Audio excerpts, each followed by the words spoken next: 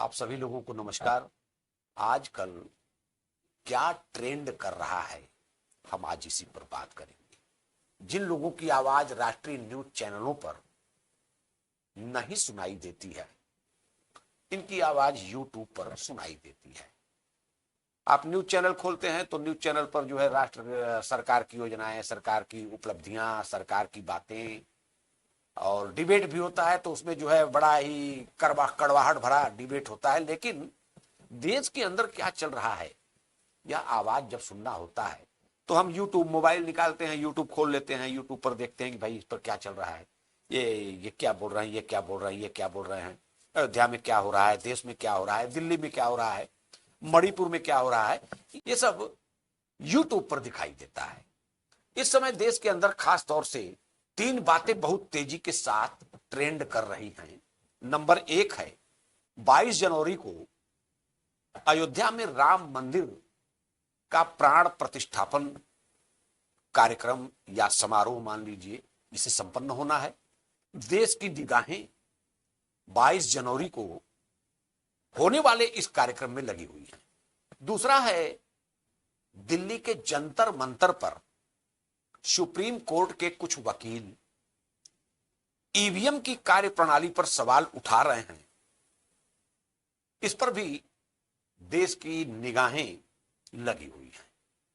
और तीसरा मुद्दा है राहुल गांधी की भारत जोड़ो यात्रा।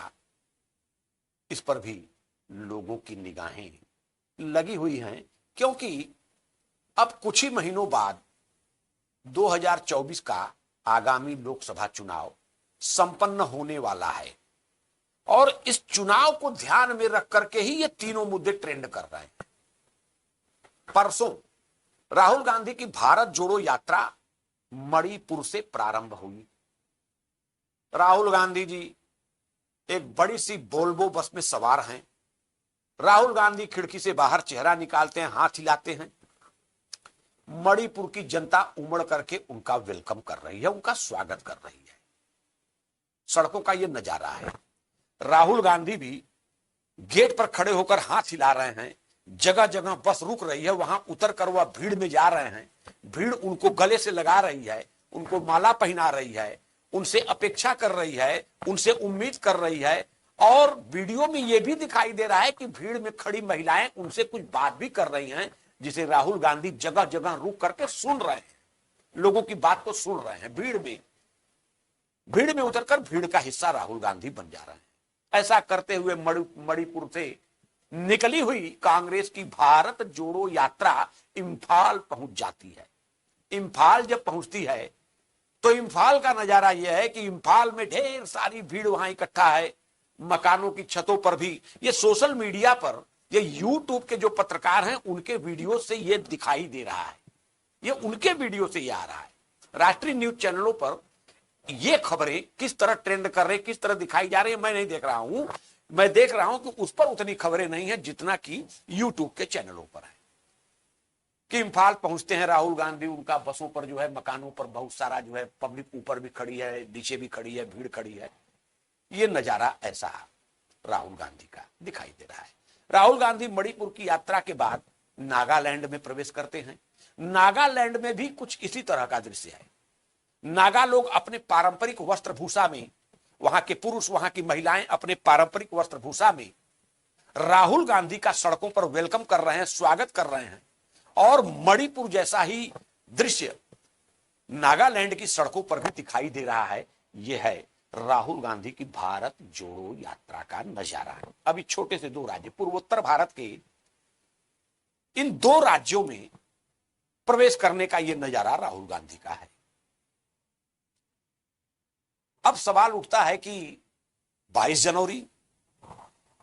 जनवरी को अयोध्या में एक बहुत बड़ा कार्यक्रम होने जा रहा है, जिसमें देश के प्रधानमंत्री नरेंद्र मोदी जी शामिल होंगे, गृह मंत्री भी शामिल होंगे, केंद्र के तमाम मंत्री शामिल होंगे, प्रदेशों में भारतीय जनता पार्टी की जो सरकारें हैं वहां के मुख्यमंत्री शामिल होंगे, उनके मिनिस्टर, मंत्री वगैरह सब शामिल होंगे, उनके जनप्रतिनिधि भी शामिल होंगे, देश के चुने हुए सेलिब्रिटीज, फिल्मी दुनिया के लोग भी शामिल होंगे।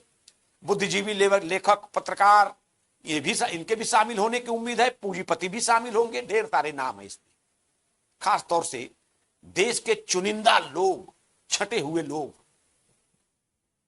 22 जनवरी को श्री राम मंदिर में भगवान श्री राम की प्रतिमा का प्राण प्रतिष्ठा कार्यक्रम जो होने जा रहा है, इसमें साधु, सन्यासी और सरकार, सिस्टम, अधिकारी, ऑफिसर, ये सारे लोग उसमें शामिल होंगे। देश विदेश से भी लोग आ रहे हैं और ये बड़ा कार्यक्रम है।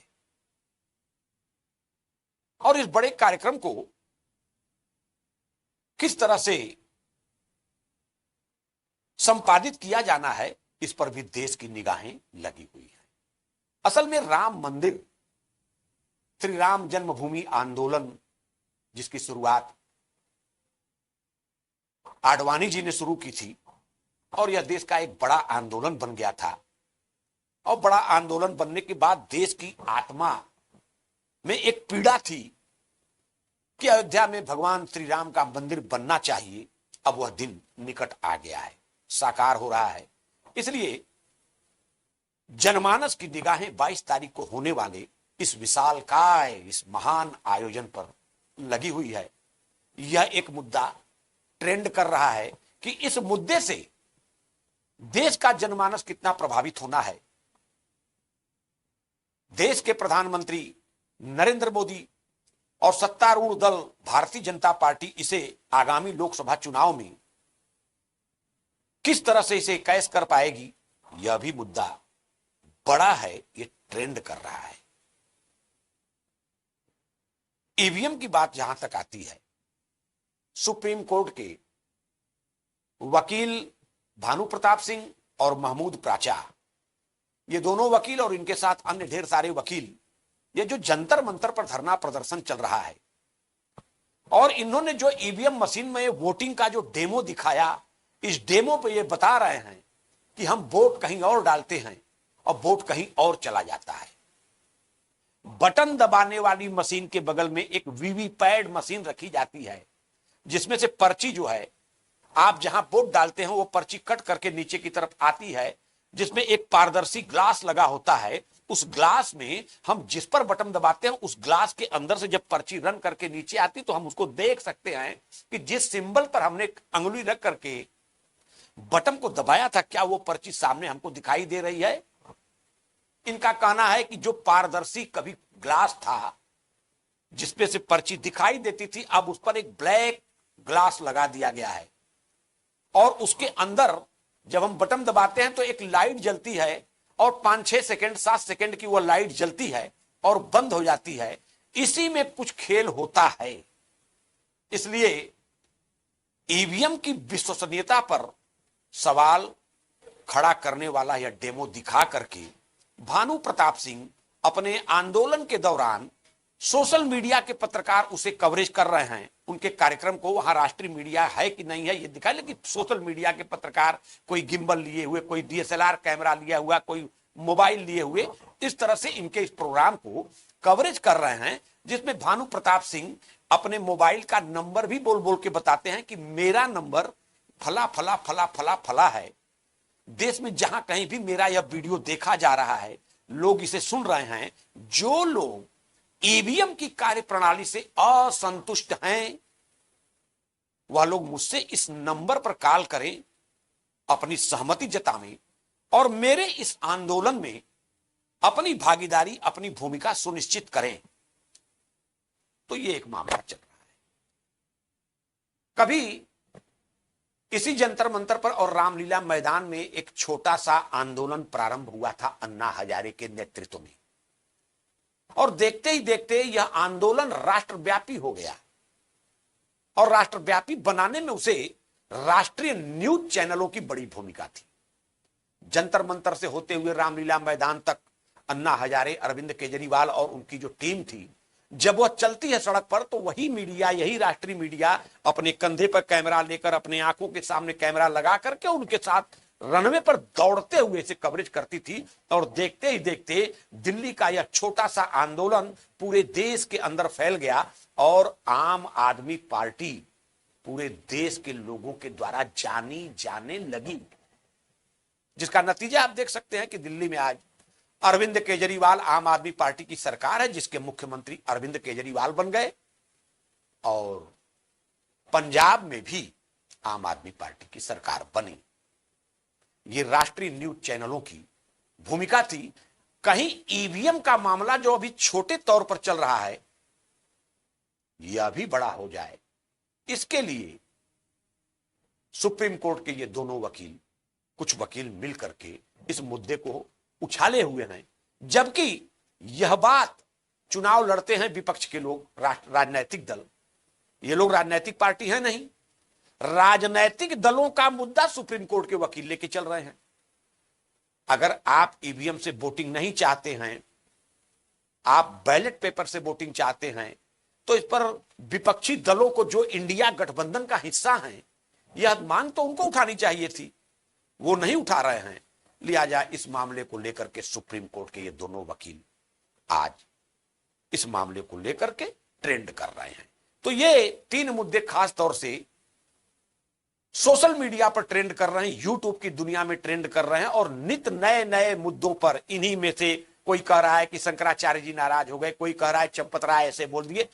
इन्हीं को लेकर के social media one by one करके अपना एक एक नया नया मुद्दा यूट्यूब की दुनिया में उछाल रही है, जिसे लोग देख भी रहे हैं। और इसे लोग इसलिए देख रहे हैं क्योंकि राष्ट्रीय न्यूज चैनलों पर यह कवरेज कम दिखाई दे रहा है।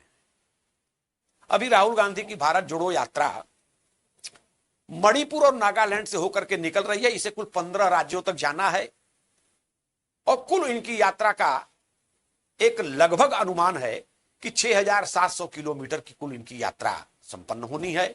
अब आगे बड़े राज्यों में जब राहुल गांधी अपनी भारत जोड़ो यात्रा को लेकर प्रवेश करते हैं, तो जनता वहां इनका कैसा वेलकम करती है, कैसा स्वागत करती है, यह अभी आना बाकी है। और इसे मीडिया, राष्ट्रीय न्यूज चैनल कितना कवरेज देंगे यह मुझे नहीं पता, लेकिन यूट्यूब और सोशल मीडिया की दुनिया में राहुल गांधी की भारत जोड़ो यात्रा में जो वेलकम करते हुए जो भीड़ को दिखाई देना है, वह अभी देखा जाना बाकी है। तो यही तीन मुद्दे हैं। इन्हीं तीन मुद्दों के इर्द गिर्द 2024 का लोकसभा चुनाव घूम रहा है। आगे देखिए क्या होता है। तो आज बस इतना ही। आप सभी लोगों को सादर नमस्कार, थैंक यू, धन्यवाद।